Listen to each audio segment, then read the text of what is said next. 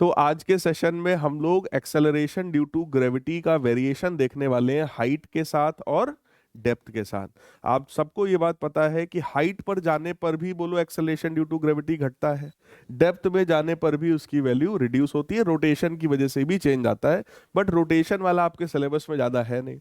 अब क्वेश्चन में हमसे कह रहे हैं at what height from the surface of the earth will the value of small G be reduced by 36% from the value at the surface.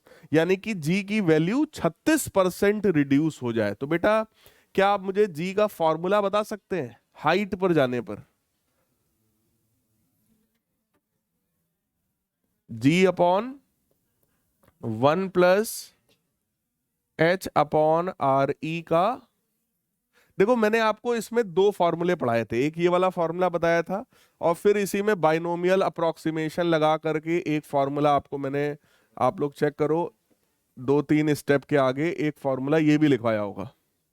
ठीक है, ये वाला फॉर्मूला तब वैलिड होता है जब स्मॉल h की जो वैल्यू है वो रेडियस ऑफ अर्थ से काफी ज्यादा छोटी होती है। ठीक, तब वो वैलिड होता है। और ये वाला हम लोग किसी भी केस में लगा सकते हैं, मतलब इससे हमको एक्यूरेट आंसर मिलता है और इससे हमको अप्रोक्सीमेट आंसर मिलता है। ठीक है, तो फिलहाल क्योंकि यार 36% रिड्यूस हुआ है इसलिए मैं इसको लगा रहा हूं। राइट, तो आप सोचो अगर 36% बेटा रिड्यूस हो गया है तो बचा कितना है? बात समझ में आ रही है? सरफेस पर जी की वैल्यू से 36% कम हो गया, तो यहां तो वो रखते हैं ना जो है अभी, तो ये अभी कौन सा है? 64%। 64% मतलब 64/100 जी। सही है, that is equal to g upon 1+h/r/e का होल स्क्वायर। जरा सोचो, जी से जी कैंसिल होगा और अगर हम लोग दोनों तरफ अंडर रूट ले लें तो ज्यादा अच्छा होगा। अगर अंडर रूट ले लेंगे तो ये बनेगा 8 और 10 का अंडर रूट लेंगे तो 10। That will become 1/1+h/r/e। तो यहां से 1+h/r/e की वैल्यू बेटा कितनी आएगी? That will B 10/8। So we can write value of h as 10/8 minus 1। भाई ये वाला 1 इधर जाएगा और RE का मल्टीप्लाई हो जाएगा, यानी कि ये कितना बनेगा भाई? 2/8। 2/8 मतलब 1/4 ऑफ RE। अगर रेडियस ऑफ अर्थ हम लोग मान ले 6400 किलोमीटर, तो 6400/4 यानी कि 1600 किलोमीटर। क्या ये बात समझ में आई? यानी अर्थ सरफेस से अगर आप ऑब्जेक्ट को 1600 किलोमीटर ऊपर ले जाओगे तो वहां पर ग्रेविटी की वैल्यू 36% कम हो जाएगी, यानी 64% बचेगी। राइट है, देखो इसका सॉल्यूशन कुछ ऐसा ही होगा। जी की वैल्यू 64% है, ठीक, उसको रख के सॉल्व किया गया, 1600 किलोमीटर हमारा आंसर आ गया। ठीक, अगला क्वेश्चन देखो बेटा, कुछ इसी तरह का है शायद। कह रहे हैं body hanging from spring stretches it by 1 centimetre at the earth surface. एक ऑब्जेक्ट है, जब उसको अर्थ सरफेस पर हमने लटकाया है किसी स्प्रिंग से, तो वो उसको 1 सेंटीमीटर खींचता है। मान लो इस ऑब्जेक्ट को ऐसे सस्पेंड किया गया है किसी ऑब्जेक्ट को, और इसने इसको 1 सेंटीमीटर खींच के रखा है। ठीक, तो जरा इस पर लगने वाले फोर्सेस आप मुझे बताएंगे। पहला फोर्स बोलो इसका अपना वेट होगा, और दूसरा फोर्स बेटा ऊपर की तरफ लगने वाला स्प्रिंग का फोर्स होगा। याद करो, स्प्रिंग का फोर्स मैंने आपसे कहा था kx के बराबर होता है। बोलो यार, स्प्रिंग के फोर्स का नेचर होता है कि जितना ज्यादा खींचोगे या जितना ज्यादा दबाओगे उस पर फोर्स उतना ज्यादा होगा। सो F प्रोपोर्शनल टू x होता है। स्प्रिंग के फोर्स में फोर्स प्रोपोर्शनल टू इलोंगेशन और कंप्रेशन, तो प्रोपोर्शनलिटी हटता है और एक यहां पर कांस्टेंट आ जाता है जिसको हम लोग स्प्रिंग कांस्टेंट बोलते हैं। तो किसी भी स्प्रिंग पे अगर स्प्रिंग खिंची है या दबी हुई है तो फोर्स कितना होता है? kx के बराबर। और अगर एनर्जी में आपसे पूछूं तो उस एनर्जी का नाम होता है इलास्टिक पोटेंशियल एनर्जी, U लिखते हैं, और फॉर्मूला क्या है? हाफ के एक्स स्क्वायर। ठीक, फिलहाल एनर्जी का यहाँ कोई काम नहीं था, हमने एक्स्ट्रा बता दिया आपको। तो mg और kx बेटा दो फोर्स लग रहे होंगे, और सोचो अगर ये सिस्टम इक्विलिब्रियम में है, इसका मतलब जब सरफेस पर देख रहे हैं तो mg बराबर क्या है, kx के बराबर है। कह रहे how much will the same body stretch the spring at a place 1600 kilometre above the earth surface. कह रहे हैं सेम बॉडी अगर लटकाई जाए अर्थ सरफेस से 1600 किलोमीटर ऊपर, तो वहां पर ये कितना स्प्रिंग को खींचेगा। तो सोचो 1600 किलोमीटर ऊपर जब जाओगे तो क्या जी की वैल्यू चेंज हो जाएगी? भैया मास तो सेम रहेगा but value of g will change, तो वो बन जाएगा भाई एम जी डैश। ठीक, के की वैल्यू बोलो सेम रहेगी, उस पर तो कोई चेंज आना नहीं है, क्या चेंज हो जाएगा, एक्स। भाई देखो मास चेंज होगा नहीं, स्प्रिंग का कांस्टेंट स्प्रिंग के मटेरियल पर डिपेंड होता है, तो वो भी चेंज होगा नहीं। अगर जी चेंज करोगे तो ये एक्स बचा, ये चेंज होएगा, फिर मजबूरी है। ठीक, अगर हम लोग दोनों इक्वेशन को बेटा डिवाइड कर दें तो जरा चेक करिएगा, G dash upon G is equal to X dash upon X, और हम लोग को सॉल्व करके क्या निकालना है, एक्स डैश। ठीक, तो एक्स डैश की वैल्यू आ जाएगी बेटा G dash by G times X, right है। जी डैश की वैल्यू अगर मैं आपसे पूछूं तो अभी हम लोगों ने जस्ट इसके पहले क्वेश्चन भी किया था, जी डैश कितना होता है, that will be G upon 1 plus H upon R ई का whole square divided by G into X. इस जी से ये वाला जी कैंसिल हो जाएगा, तो देखो वैल्यू कितनी आएगी, ये एक्स डैश की वैल्यू थी, तो एक्स डैश जो हमारा है दैट विल बी, देखो ये वाला एक्स डिवाइडेड बाई ये टर्म नीचे आ जाएगा, divided by 1 plus H upon R ई का होल स्क्वायर। और ये सारी वैल्यूज आपको पता है, एक्स की वैल्यू पहले कितनी थी 1 सेंटीमीटर, 1 सेंटीमीटर मतलब 1/100, और 1 प्लस एच कितना है बेटा 1600 किलोमीटर, और रेडियस ऑफ अर्थ कितना है 6400 किलोमीटर, तो ये कितना हो जाएगा 1/4 हो जाएगा, 1/4 का होल स्क्वायर। तो ये आपका बनने वाला है 1/100 डिवाइडेड बाई ये कितना बनेगा 5/4, यानी कि 25/16। बोलो यार, देखो अगर ये वाला जो हम लोगों ने क्वेश्चन में लिखा है सेंटीमीटर में, तो हम लोग अपना आंसर भी बोलो सेंटीमीटर में निकाल सकते हैं, सही है। अभी जो हम निकाल रहे हैं वो किस में निकाल रहे हैं, मीटर में, क्योंकि हमने 100 से डिवाइड कर रखा है। अगर हम डिवाइड ना करें तो हमारा आंसर डायरेक्ट आ जाएगा। बोलो यार, वैसे भी अभी भी हमें आंसर दिख रहा है, क्या दिख रहा है 16/2500, 16/2500 मीटर या 16/25 सेंटीमीटर। Is it correct?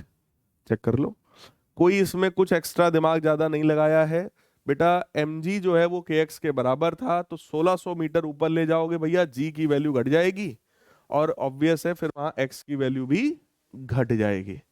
बस दो इक्वेशन थी, हमने इक्वेशन 2 बाई इक्वेशन 1 कर दिया, ये इक्वेशन 1 है, ये इक्वेशन 2 है, इक्वेशन 2 बाई 1 किया, तो जी डैश बटे जी बराबर एक्स डैश बटे एक्स, बस सॉल्व कर लिया।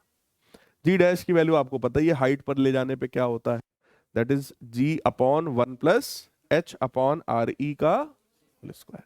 बस यही फार्मूला लगाया है, इतने में कोई डाउट हो बताइए। ठीक है, अब देखो इसका आंसर क्या आ रहा है भैया, 16/25, वही अपना भी आ रहा है 16/25। ठीक है, तो 16/25 देखो सेंटीमीटर में है, अब इसको अगर हमें मीटर में निकालना है तो 16/25 100 हो जाएगा, यानी 100 से और डिवाइड हो जाएगा। करेक्ट है, तो ये हो गया। इस तरह का क्वेश्चन अच्छा क्वेश्चन है, और आपसे पूछा जा सकता है, कॉम्पिटिटिव एग्जाम में भी ऐसा क्वेश्चन आ सकता है। देखो जिन क्वेश्चन में थोड़ा सा ट्विस्ट होता है, जहां पे थोड़ा सा दिमाग आपको लगाना पड़ेगा कि भैया mg लग रहा है, kx लग रहा है, ठीक है, उसको बैलेंस कर रहे हैं, तो इस तरह के क्वेश्चंस कॉम्पिटिटिव एग्जाम में पूछ दिए जाते हैं। और यहाँ पे सोचो दो चैप्टर्स का कॉम्बिनेशन हो गया, पहला स्प्रिंग वाला कॉन्सेप्ट उठा लिया, स्टार्टिंग के चैप्टर्स से न्यूटन्स लॉज ऑफ मोशन में आपने स्प्रिंग पढ़ा था, और इधर ग्रेविटेशन उठा लिया, दो चैप्टर्स को कंबाइन कर दिया। ऐसे ही क्वेश्चंस जेई मेंस और नीट जैसे एग्जामिनेशन में अक्सर पूछे जाते हैं, जहां पे दो या दो से ज्यादा चैप्टर्स को जोड़ा जाए। बात समझ में आई? अगला देखो क्वेश्चन क्या है, find percentage decrease in the weight of a body when taken 16 kilometre below the surface of earth. तो ये तो आसान क्वेश्चन है कि भाई अर्थ सरफेस से अगर 16 किलोमीटर नीचे आप जा रहे हो, तो पहले मुझे जी की वैल्यू का फॉर्मूला बताओगे क्या होता है? जी टाइम्स एच अपॉन, ये एच वहां डेप्थ है तो शायद मैंने डी लिखा हो, तो डी अपॉन आर ई या एच अपॉन आर ई आपके ऊपर, बस समझे रहना कि ये एच क्या है, ये एच है डेप्थ। ठीक, हाइट में जाते हैं तो 2h होता है, डेप्थ में जाते हैं तो h होता है। ठीक, तो यहां पे बेटा देखो g टाइम्स 1 माइनस ये कितना है 16 किलोमीटर, और ये है हमारा 6400 किलोमीटर, तो ये बन जाएगा g टाइम्स, ये वैल्यू कितनी आएगी 400, है ना, तो ये बनेगा 399 बाई 400 टाइम्स g। तो यार ये जो डिक्रीज दिख रहा है लगभग 1% का दिख रहा है, लेकिन ठीक है निकालते हैं, परसेंटेज डिक्रीज वेट में निकालना है। एक चीज बताओ, वेट में जो डिक्रीज आएगा, वेट कितना होता है mg के बराबर, तो क्या वो डिक्रीज केवल g में आ रहा है?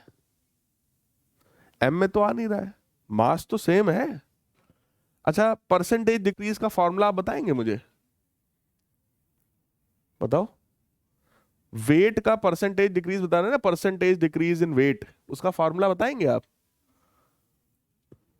किसी भी चीज में परसेंटेज चेंज जो होता है उसका फॉर्मूला क्या होता है?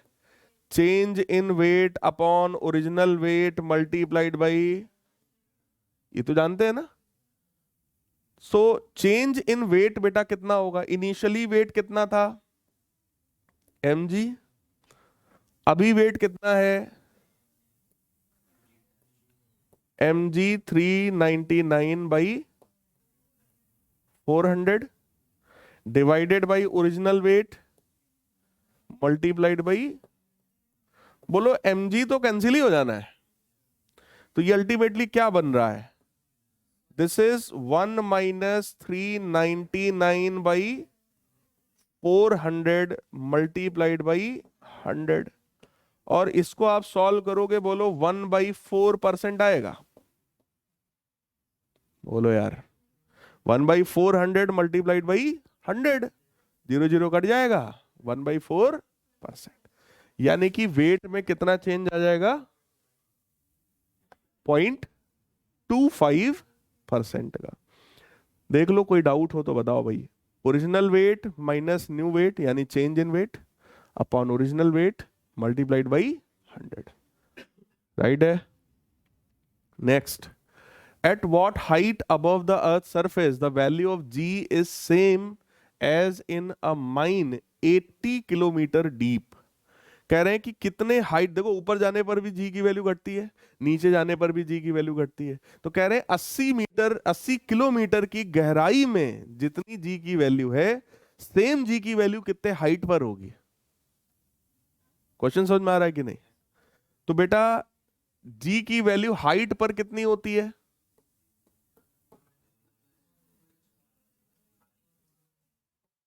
ये भी तो फार्मूला होता है एक। और अगर मैं डेप्थ में बात करूं तो इनफैक्ट एच लिखने की बजाय यहां पे डी लिख देते हैं, नहीं तो कंफ्यूजन होगा। यहां पे हमको सॉल्व करके क्या निकालना है, एच, ये तो पूछ रहे हैं एट व्हाट हाइट, एच निकालना है। देखो ये वाला फार्मूला इस वजह से यूज किया था क्योंकि एक जैसा हो जाएगा दोनों, तो थोड़ा सॉल्व करने में हमको आसानी रहेगा। 1 से 1 भी बोलो कैंसिल होगा, माइनस भी जाएगा, आर ई भी जाएगा, तो h की वैल्यू सीधे सीधे d/2, तो d कितना है 80 किलोमीटर, 80/2 यानी कि 40 किलोमीटर, तो देखिए 40 किलोमीटर्स। यानी कि 80 मीटर की गहराई में जो जी की वैल्यू है, सेम वैल्यू आपको 40 किलोमीटर की हाइट पर मिल जाएगी। ठीक है, next, determine the escape velocity. अब एस्केप वेलोसिटी पे आ गए भाई। Determine the escape velocity of a body from the moon. Take the moon to be uniform sphere of radius this, mass this, given g as this. ये बताओ आप लोग, escape velocity का बेटा फॉर्मूला क्या होता है? अंडर रूट 2 GRE, एक फॉर्मूला ये है। और अगर आपसे कैपिटल जी के टर्म्स में पूछे तो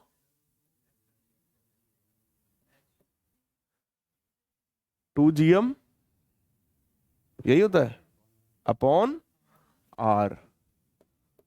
समझ में आ रहा है कि नहीं आ रहा है? एस्केप वेलोसिटी का फॉर्मूला क्या पढ़ाया था? Under root 2GM upon R। अच्छा, ये आया कहां से था? एस्केप वेलोसिटी कैसे डिराइव किया था? जितनी एनर्जी किसी ऑब्जेक्ट की है, या जितनी एनर्जी से अर्थ किसी ऑब्जेक्ट को खींच रहा है, अगर सेम उसको काइनेटिक एनर्जी दे दें तो फ्री हो जाएगा। ठीक है, यानी कि अगर अर्थ की अट्रैक्शन एनर्जी देखें तो अर्थ किसी भी ऑब्जेक्ट को बोलो इतनी एनर्जी से अट्रैक्ट करता है, Gm1m2/r। ठीक, सेम काइनेटिक एनर्जी अगर आप प्रोवाइड कर दो, हाफ mv², तो m से m कैंसिल होगा, ये 2 इधर जाएगा, v की वैल्यू आ जाएगी under root 2GMe upon RE। ये इसका डेरिवेशन था। ठीक, इसी स्पीड को हम लोग बोलते हैं एस्केप स्पीड या एस्केप वेलोसिटी, और ये वेलोसिटी से वो ऑब्जेक्ट फिर वापस कभी अर्थ पर लौटकर नहीं आएगा। तो एक लाइन का डेरिवेशन है इसका।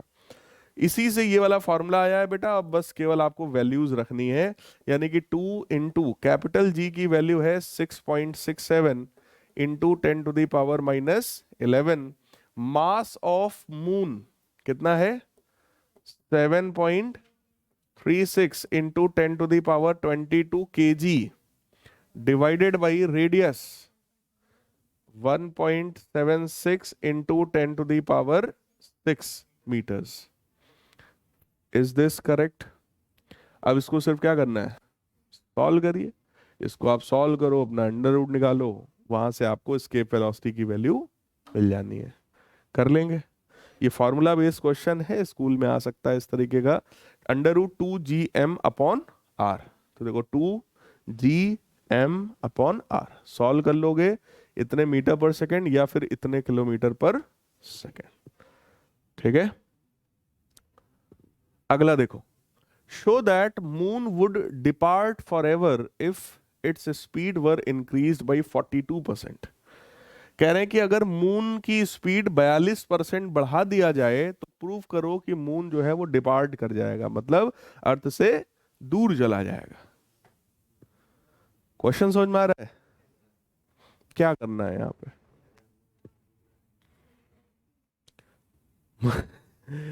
मून की स्पीड कितनी है अभी? मून की स्पीड कितनी होती है? किस स्पीड को बढ़ाने की बात कर रहे हैं? मून की कौन सी स्पीड? मून का मोशन कैसा है? अर्थ के अराउंड सर्कुलर पाथ में घूम रहा है। यानी क्या हम लोग मून की ऑर्बिटल स्पीड की बात कर रहे हैं? मून की ऑर्बिटल स्पीड को अगर मैं 42% बढ़ा दूंगा तो वो अर्थ से डिपार्ट कर जाएगा। यानी कि मून की ऑर्बिटल स्पीड को अगर 42% हम इंक्रीज करेंगे तो वो कौन सी स्पीड बन जाएगी? एस्केप स्पीड बन जाएगी। क्या ये बात समझ में आ रही है? इसका मतलब देखो, यहां शो करना है हमको। इसका मतलब ये है कि अगर मैं change in velocity upon original velocity into 100 करूं तो ये वैल्यू कितनी आनी चाहिए? 42%। क्या ये बात समझ में आ रही है? मतलब change in velocity upon original velocity multiplied by 100 करें तो ये कितना आना चाहिए? 42%। बोलो फाइनल स्पीड हमें क्या करनी पड़ेगी उसको एस्केप कराने के लिए? वीई। इनिशियल स्पीड क्या है, orbital divided by orbital multiplied by, क्या ये बात समझ में आ रही है? एस्केप स्पीड कितनी होती है? अंडर रूट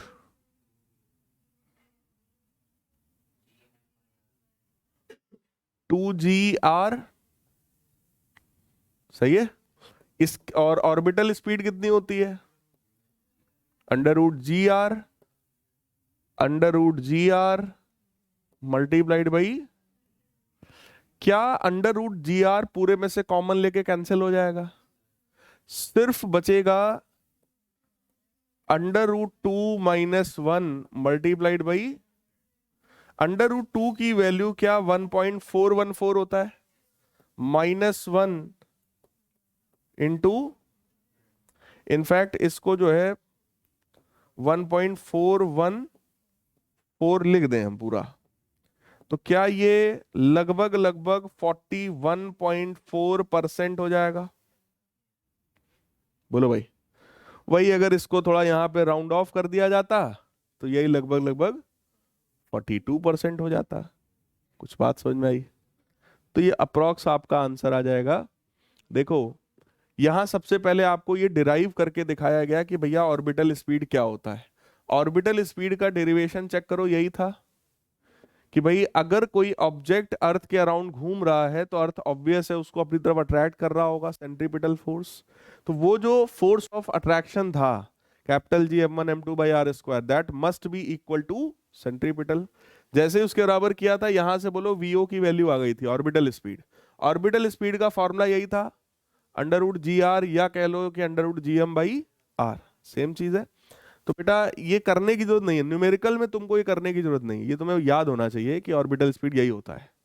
ठीक है, बाकी यहां दे दिया गया हिंट आपको। और एस्केप वेलोसिटी बोलो ये होता है ना। So change in velocity upon original velocity multiplied by 100। तो बस देखो सॉल्व किया गया, सेम चीज है, जो कि लगभग कितने के बराबर है, 42%। कोई डाउट हो बताइए, कर लेंगे। नेक्स्ट देखो, calculate the escape velocity for an atmospheric particle 1600 kilometre above the earth surface, given that radius of the earth is this and acceleration due to gravity on the surface of earth is this। 1600 kilometre ऊपर escape velocity की value पूछ रहे हैं आपसे। Escape velocity का formula क्या होता है पहले तो ये बताओ। अंडर रूट टू जी ये होता है। 1600 किलोमीटर ऊपर क्या जी की वैल्यू चेंज हो जानी है? रेडियस भी सोचो वहां पर 6400 प्लस 1600 हो जाना है। क्या ये बात समझ में आ रही है? सिंपल बात है यार, जी की वैल्यू चेंज हो जाएगी, घट जाएगी, और रेडियस जो है वो 1600 किलोमीटर, बस हो गया सॉल्व। 2 टाइम्स जी डैश की वैल्यू बोलो हाइट पर कितनी होती है, 1 प्लस एच अपॉन आर ई का, और this is R E plus H.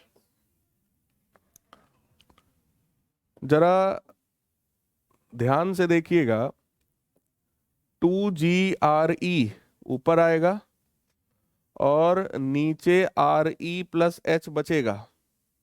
बोलो, एक RE प्लस एच से एक RE प्लस एच कैंसिल हो जाना है, बाकी तो बस वैल्यू का खेल है। 2 इंटू जी की वैल्यू कितनी है भाई, 9.8।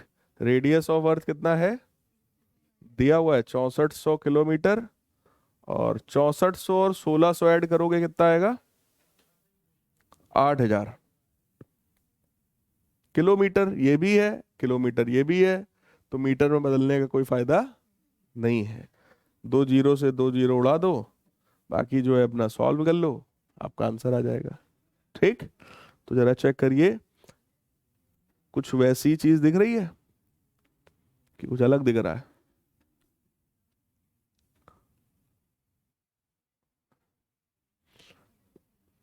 Under root 2GR² upon r plus h, under root 2GR upon r plus h, formula same दिख रहा है? है?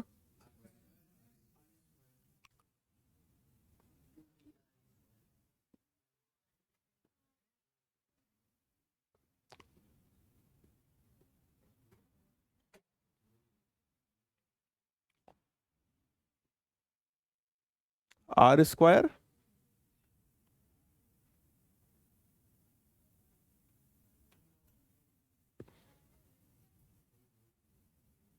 अरे ये जो आर ई का स्क्वायर होगा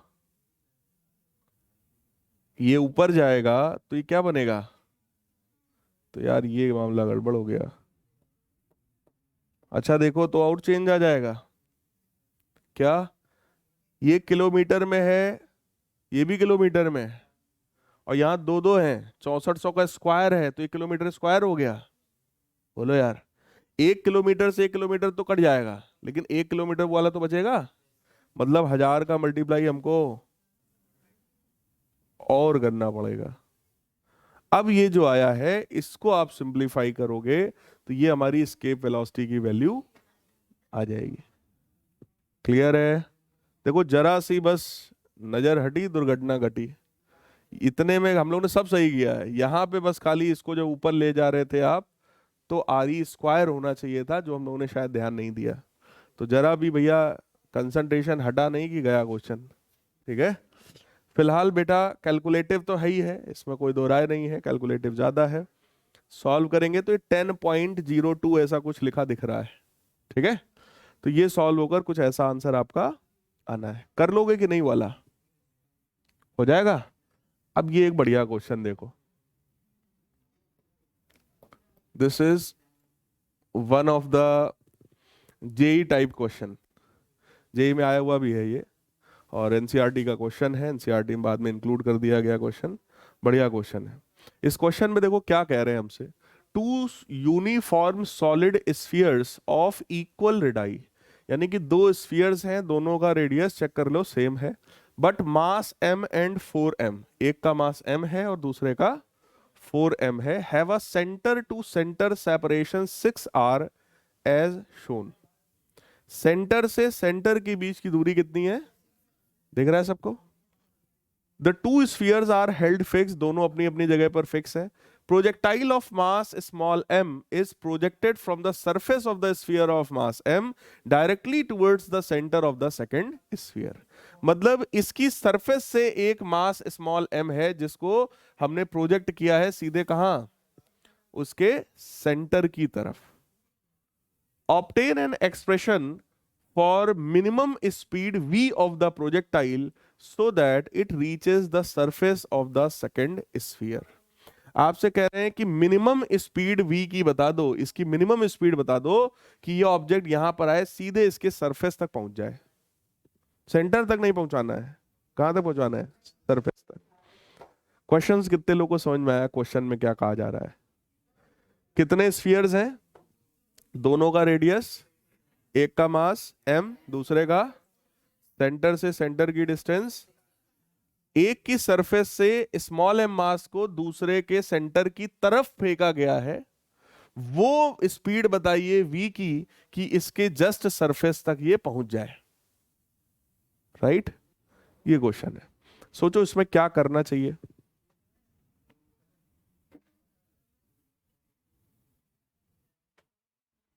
बताओ भाई, क्या इसमें करना चाहिए?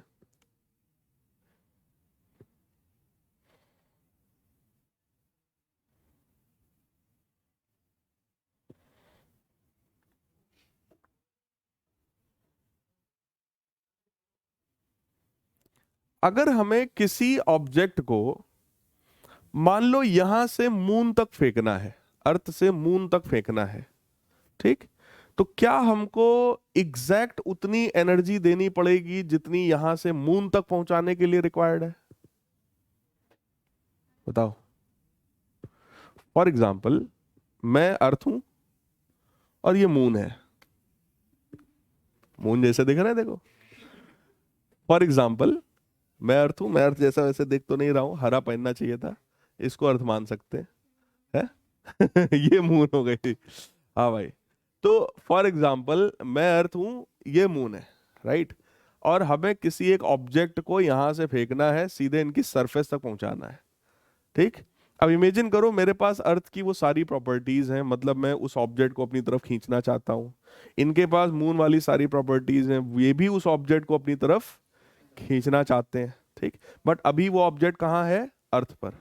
यहां से मून की तरफ अगर फेंकना है तो क्या एकदम सरफेस तक पहुंचाने की एनर्जी हमें चाहिए?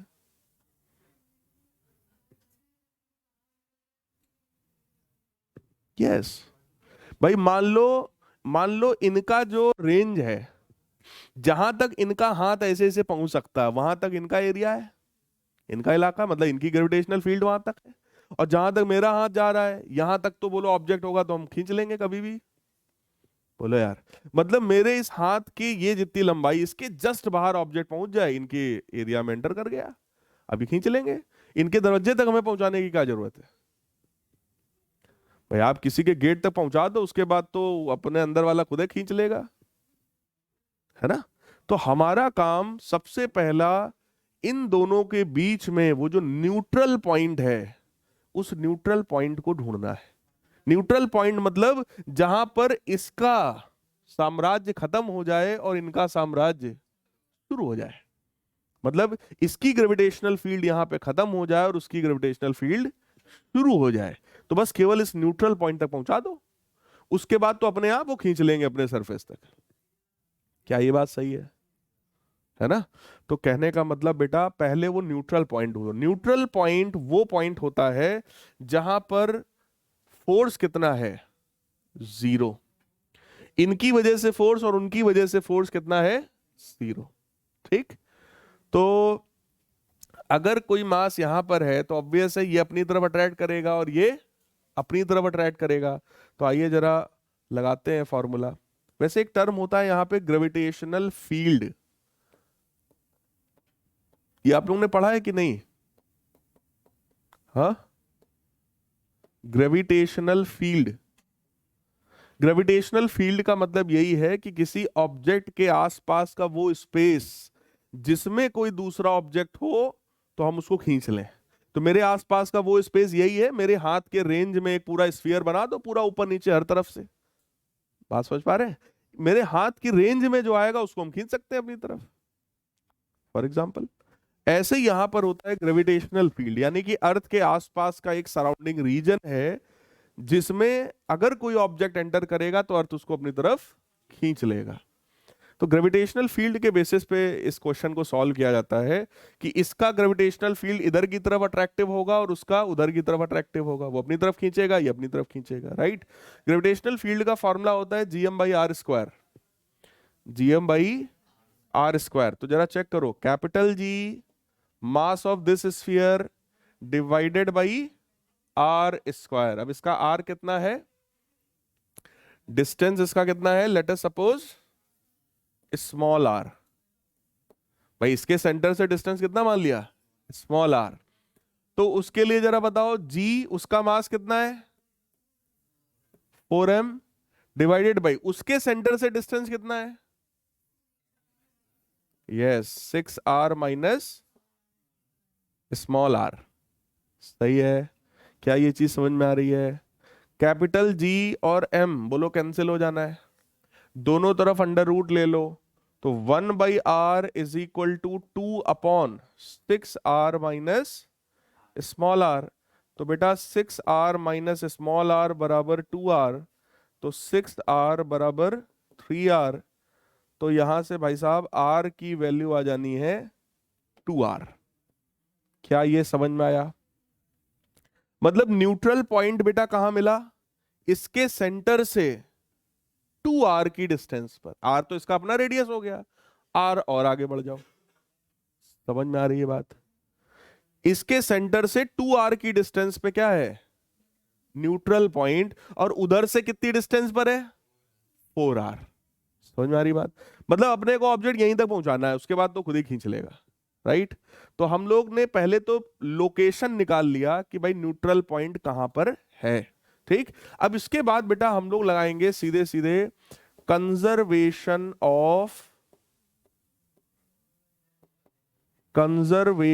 Of mechanical energy.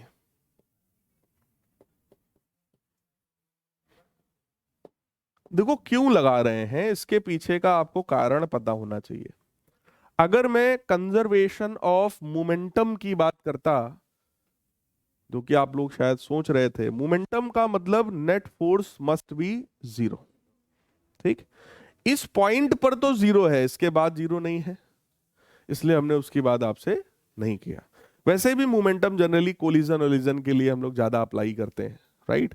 और सोचो एनर्जी का कंजर्वेशन इसलिए लगा रहे हैं कि भाई जिस एनर्जी से हमने इधर से फेंका होगा उसी एनर्जी से तो ये इधर की तरफ बढ़ रहा है ना।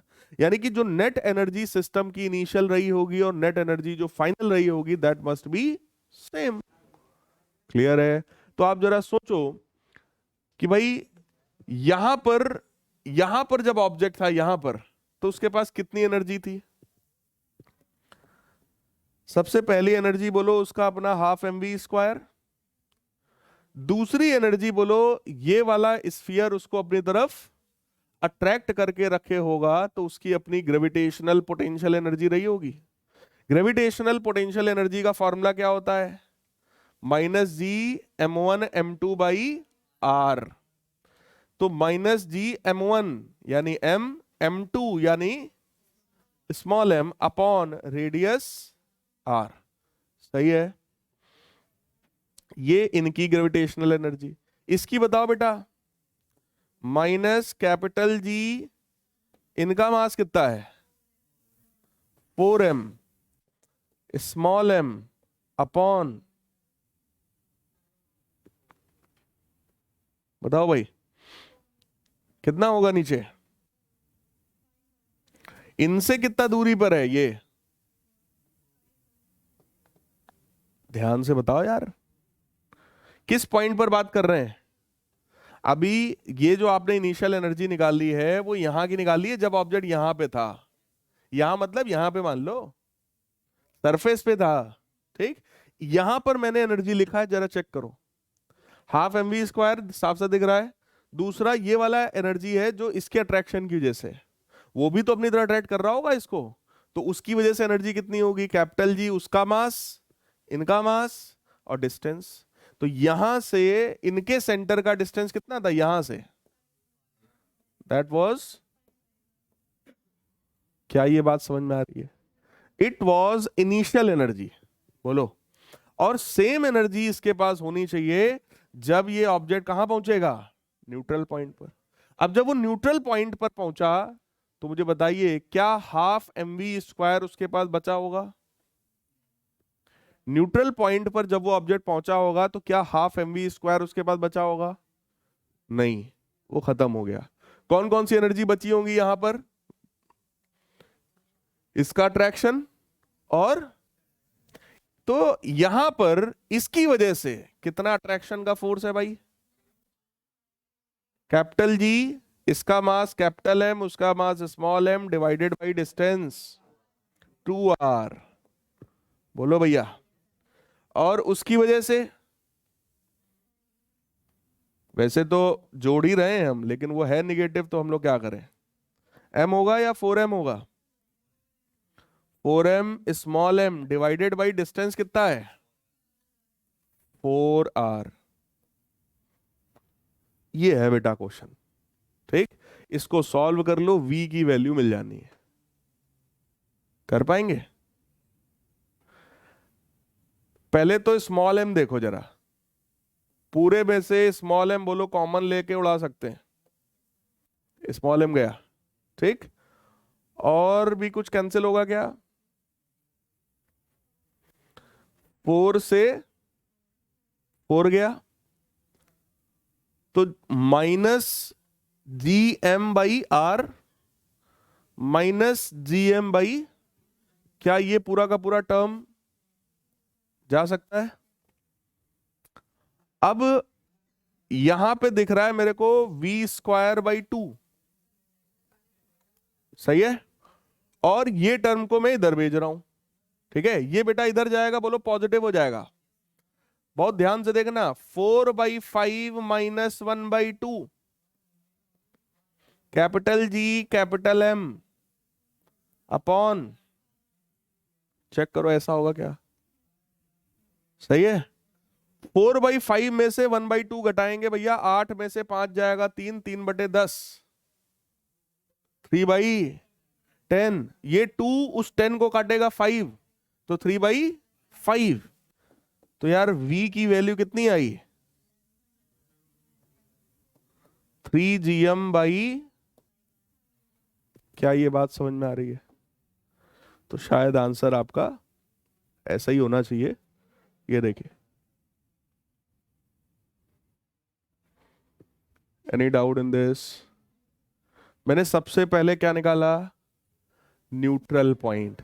न्यूट्रल पॉइंट इसलिए निकाला कि भैया उस पॉइंट के बाद वो अपने आप बड़ा वाला स्फीयर अपनी तरफ खींच लेगा। उसके बाद हमने क्या लगाया? कंजर्वेशन ऑफ मैकेनिकल एनर्जी, कि भैया इनिशियल एनर्जी जब हमने निकाला तो इनिशियल एनर्जी 3 चीजों की वजह से था। पहला, ऑब्जेक्ट की अपनी काइनेटिक एनर्जी। दूसरा बेटा, gravitational potential energy due to left sphere. और नेक्स्ट है gravitational potential energy due to right sphere. Gravitational energy हमेशा अट्रैक्टिव एनर्जी होती है, ऑलवेज अट्रैक्शन, राइट? इसलिए ये हमेशा कैसा होता है? निगेटिव। कभी भी पोटेंशियल एनर्जी अगर निगेटिव दिखाई पड़े अभी से लेके क्लास 12th तक, मतलब वो अट्रैक्शन की एनर्जी है। नहीं, ग्रेविटेशन होगा हमेशा ये जरूरी नहीं है, बट दैट इज अट्रैक्शन। जैसे एक पॉजिटिव चार्ज होगा, एक निगेटिव चार्ज होगा 12th में, वो भी हमेशा क्या करेगा? अट्रैक्ट। तो उसकी जो ग्रेविटेशनल पोटेंशियल एनर्जी, उसकी जो इलेक्ट्रिक पोटेंशियल एनर्जी होगी, that will be also negative. मतलब मोटा मोटा ये है कि अगर पोटेंशियल एनर्जी है और निगेटिव है तो वो हमेशा अट्रैक्टिव फोर्स को रिप्रेजेंट करती है। फिलहाल ये चीज समझ में आ गई? सेम ऐसे ही बेटा यहां पे दोनों देखो निगेटिव है, यहां काइनेटिक एनर्जी है नहीं। अब दोनों को हमने क्या किया? बराबर किया। इनिशियल एनर्जी और न्यूट्रल पॉइंट पर एनर्जी दोनों क्या है? बराबर। जैसे बराबर किया हमारा आंसर आ गया। Any problem? एनसीईआरटी का क्वेश्चन था और इस तरह का क्वेश्चन जो है आपका वो जेई जैसे एग्जामिनेशंस में आ जाया करता है। स्कूल में अगर कराया गया होगा तो पूछेंगे, नहीं तो वो लोग नहीं पूछेंगे। ठीक, अगला देखो। An artificial satellite revolves around the earth at a height of 1000 kilometres. कह रहे हैं एक आर्टिफिशियल सैटेलाइट है जो कि अर्थ के अराउंड 1000 किलोमीटर की हाइट पर घूम रहा है। Radius of the earth is this, mass of earth is this, capital G is this, find orbital velocity and time period of revolution। बेटा orbital velocity का फॉर्मूला बताओ। अंडर रूट gm अपॉन, भाई क्योंकि यहां पे हाइट दिया ना 1000 kilometre, तो वो नेग्लिजिबल तो है नहीं, तो इसलिए ये हमें करना पड़ेगा। यानी कि अंडर रूट जी की वैल्यू बेटा पता है 6.67 इंटू 10⁻⁻11। मास ऑफ अर्थ देख लो भाई, 6 इंटू 10⁻24। एक बात ध्यान रखना, ऑर्बिटल स्पीड या एस्केप स्पीड दोनों में मास किसका होता है? प्लैनेट का, सैटेलाइट का नहीं, प्लैनेट का। ठीक, तो वो हम रखेंगे RE प्लस H, मतलब 6.38 इंटू 10⁻³ है। तो क्या ये 1000 जोड़ोगे तो क्या ये 7.38 इंटू 10⁻³ हो जाएगा? वो भी किलोमीटर में है, तो 10⁻³। क्या ये बात समझ में आ रही है? 1 ऐड कर दिया मैंने यहाँ पे, 1 मतलब 1000। ठीक, तो इसको सॉल्व कर लोगे, ऑर्बिटल स्पीड आ जाएगा। अब हमसे कह रहे हैं पीरियड ऑफ रेवोल्यूशन बता दो, मतलब टाइम पीरियड बता दो। तो टाइम पीरियड का मतलब क्या हो गया? डिस्टेंस अपॉन डिस्टेंस कितना होगा? अपॉन, क्या ये फॉर्मूला समझ में आ रहा है? स्पीड बराबर डिस्टेंस अपॉन टाइम। डिस्टेंस कितना है? 2 पाई टोटल रेडियस जो भी है, तो that is RE plus H। और बेटा स्पीड है उसकी V0, ऑर्बिटल स्पीड। देखो इसको आप सॉल्व करोगे, ऑर्बिटल स्पीड देखो ये आएगा, इसको उठा के यहां रखोगे तो ये आएगा। क्लियर है? कोई डाउट हो तो बताइए। जय श्री राम। ठीक, so this was all about this chapter, gravitation। इसमें इससे ज्यादा कुछ नहीं है, इनका आशीर्वाद लीजिए। और आगे अब हम लोग अपने नेक्स्ट चैप्टर पे बढ़ेंगे, and that chapter was thermal properties of matter.